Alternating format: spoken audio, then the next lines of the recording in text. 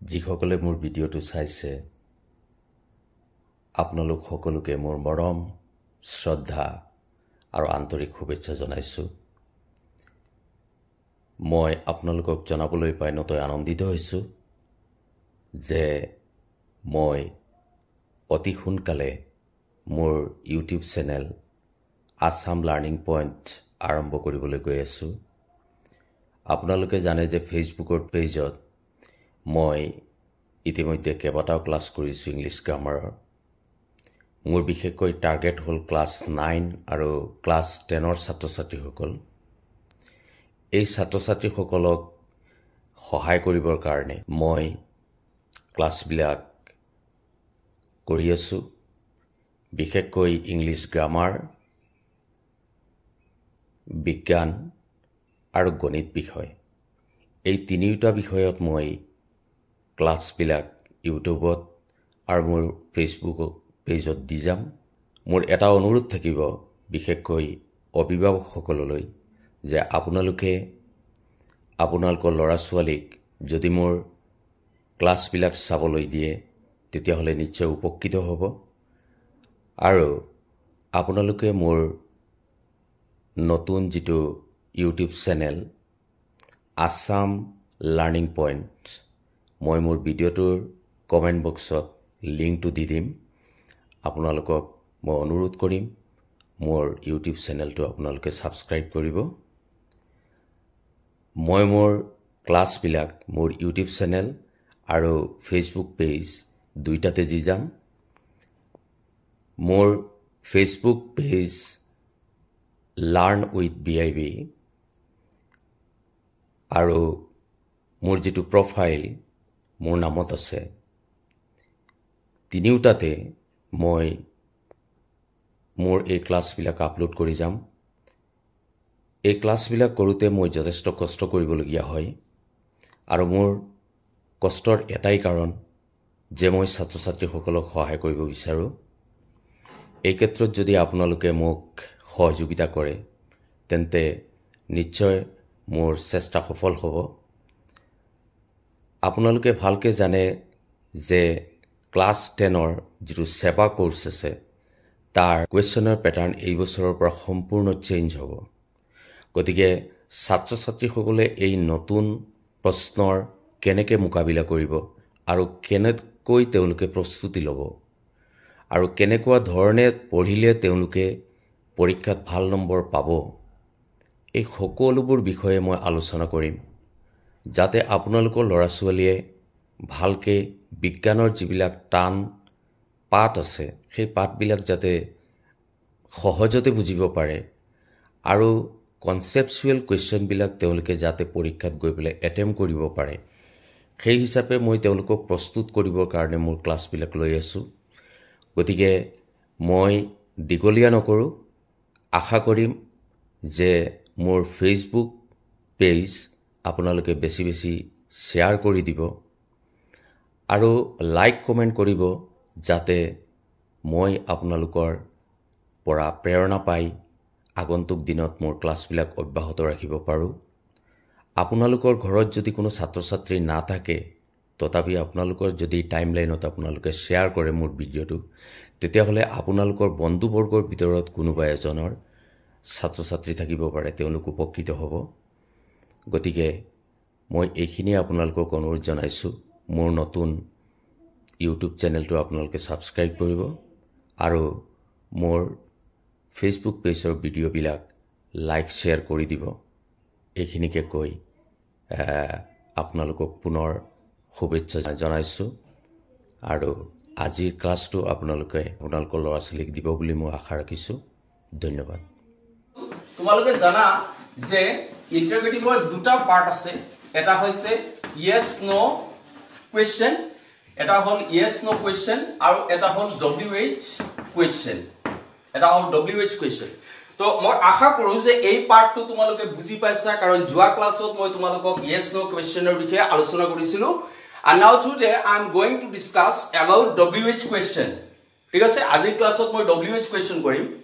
তো তোমালোকে ভালকে চাবা যে WH question বিলাকক কেনেকে তাৰ মানে এক্টিভৰ পৰা পেছিভলৈ নিয়ে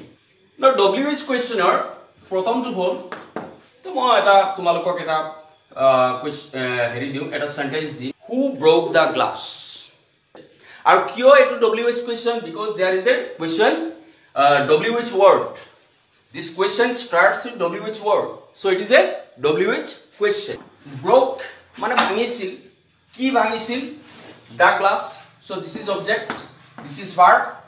and actually this one is subject ইয়াত who to subject is ঠিক আছে আৰু যেতিয়া তুমি বাক্যটোত কি পাবা যেতিয়া who পাবা সেন্টেন্সত যেতিয়া who পাবা তেতিয়া তোমাৰ স্টার্টিং টু হ'ব by whom দি পেলাই by whom মনত ৰাখিবা কথাটো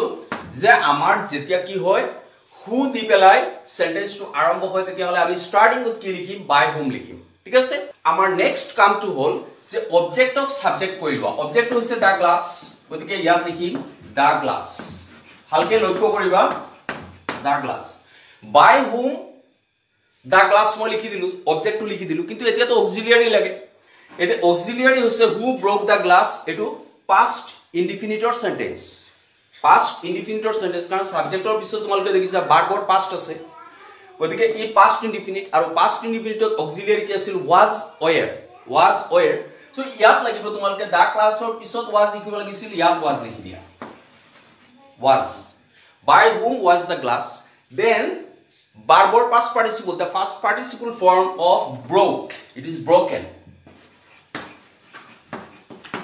আৰু তোমালোকে চোৱা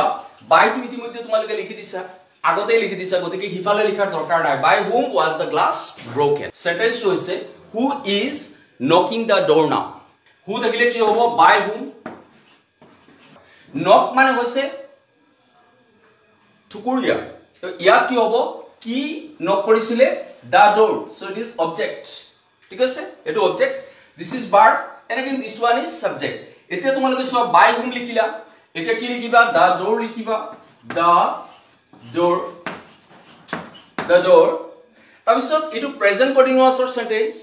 present continuous is knocking present continuous am being is being are being are the auxiliaries ইয়াত is being লাগিব is to আগত লিখিবা being to পিছত লিখিবা ঠিক আছে by whom is the door being then past participle of the verb knocked কি হ'ব knocked তাৰপিছত now by whom is the door being knocked now ছাত্ৰ ছাত্ৰীসকল যিসকলে চাই আছা তোমালোকে যদি ক্লাছটো ভাল পাইছা তেতিয়া হলে লাইক বুটনটো তোমালোকে লাইক আইকনটো টিপি দিবা আৰু লগতে তোমালোকে নিজৰ টাইমলাইনত ফ্ৰেণ্ডৰ টাইমলাইনত বা গ্ৰুপত এটো শেয়াৰ কৰি দিবা আৰু এটা সেন্টেন্স হু দি পেলাই দিও who has called me তো again who থাকিলে কি হ'ব by whom সেন্টেন্স টু কি আছে প্ৰেজেন্ট পাৰফেক্টত আছে প্ৰেজেন্ট পাৰফেক্টত হলে আমাৰ কল মানে হৈছে মাতি দিয়া সো কাক মাতিব me object then call it is verb then again subject is who okay so by whom then আমি object লৈ আহিম me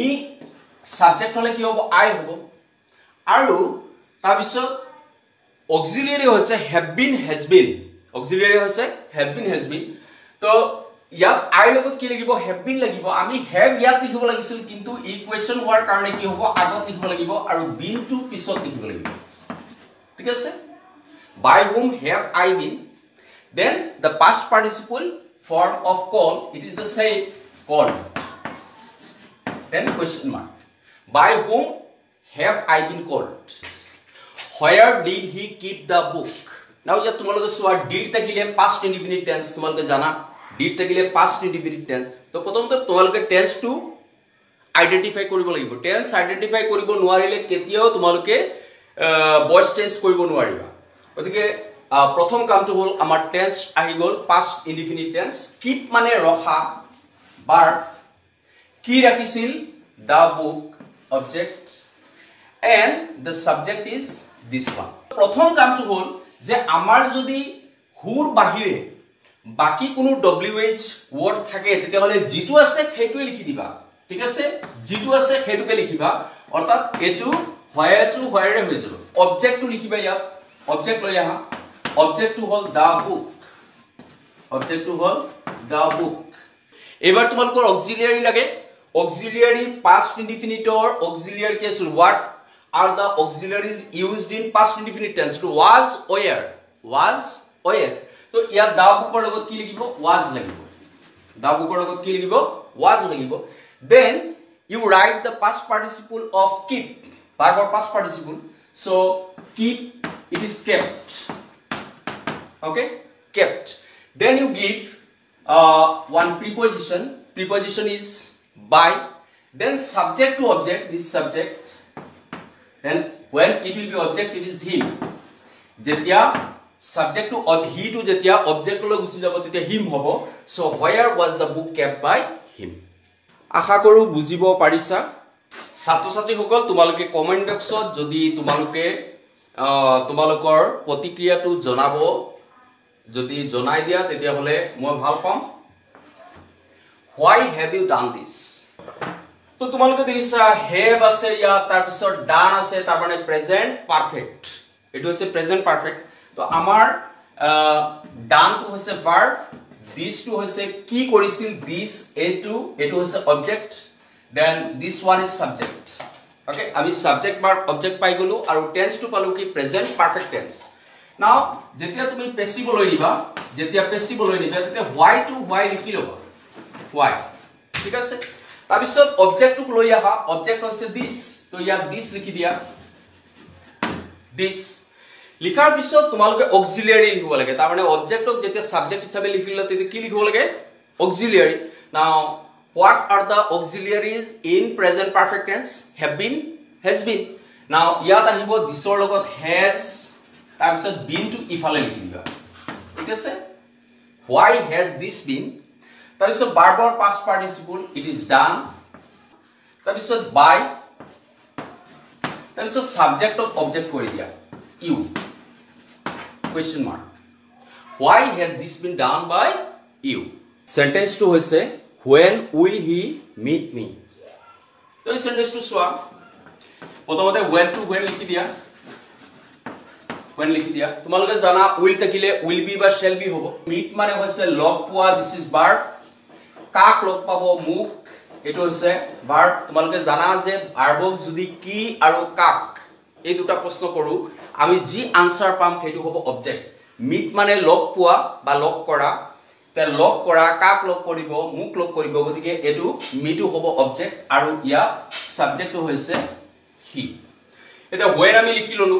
এতিয়া আমাৰ অবজেক্টক আমি সাবজেক্ট কৰিম অবজেক্টক সাবজেক্ট কৰিলে মিটুক যেতিয়া আমি সাবজেক্ট কৰিম তেতিয়া কি আই হৈ যাব আৰু আই লগত shall লাগে গতিকে shall টু ইয়াত লিখিম তাৰ পিছত বি টু পিছত লিখিম when shall I be then verb or past participle met meet past participle met so when shall I be met by then he to ki hobo him next number 7 why did the teacher punish her yesterday prothom hol punish শাস্তি দিয়া this is verb then kak শাস্তি দিছিল her this is object তাৰ পিছত এটো হল subject okay তো আমি passive লৈ নিউতে প্ৰথম কি কৰিম why to why লিখি দিম why did আছে গতিকে past indefinite আৰু আমি অবজেক্টক সাবজেক্ট কৰিম অবজেক্ট কি আছে ইয়া her আছে herৰ সাবজেক্ট কি she herৰ সাবজেক্ট হৈছে she আৰু the auxiliaries of past indefinite was where she লগত কি লাগিব was লাগিব was to she আগত লিখিব লাগিব then verb or past participle punish it will be punished why was she punished then by the subject to object হৈ যাব the teacher by the teacher then yes started to লিখি দিয়া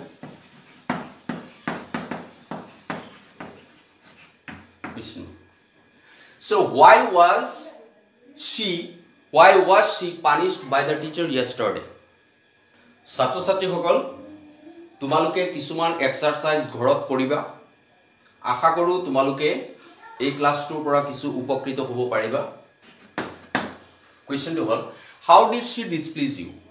তো ইয়াত তোমালোকে সোৱা ডিসপ্লিজ মানে কি দুখ দিয়া তো দিস ইজ ভার্ব কাক দিছিল তোমাক so it is object and this one is verb this one is subject okay so passive লৈ নিউতে তোমালোকে কি কৰিবা how লিখি দিবা object to তোমালোকে ইয়াত লিখা object of subject তো you subject to you তাৰ পিছত did আছে past indefinite tense auxiliary to হ'ব where past participle of displease it is displeased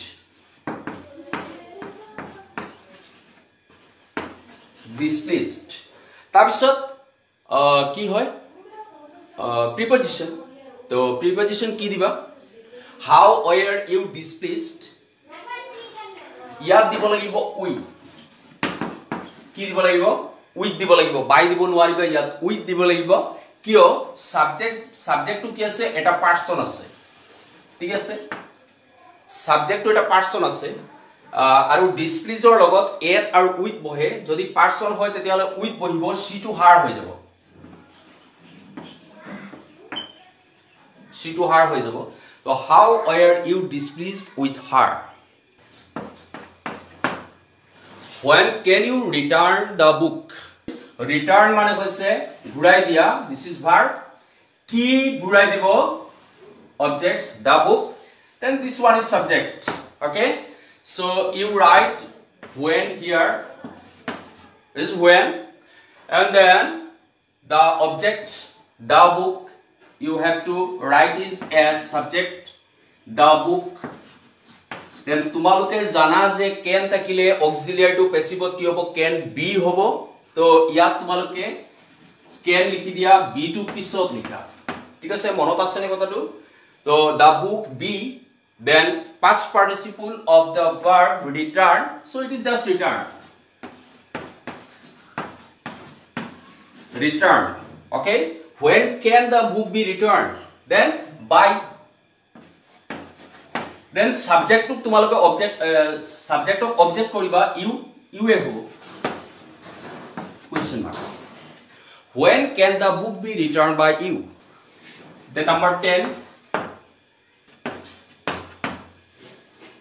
question to hold where has he seen her so this is verb see মানে দেখা so it is verb কাক দেখিছিল her object this one is subject okay so passive কি কৰিবা where to where লিখি দিবা where then verb sub object to তোমালোকে subject কৰি দিয়া her to কি হ'ব she হৈ যাব has seen তাৰ মানে present perfect tense তো auxiliary হ'ব have been has been so here হ'ব has then been where has she been then past participle of seen this is the past participle form seen then by him question mark where has she been seen by where has she been seen by him okay to ajir class 2 moi ibanote khek korisu and again I will meet you tomorrow with a class of English grammar okay so goodbye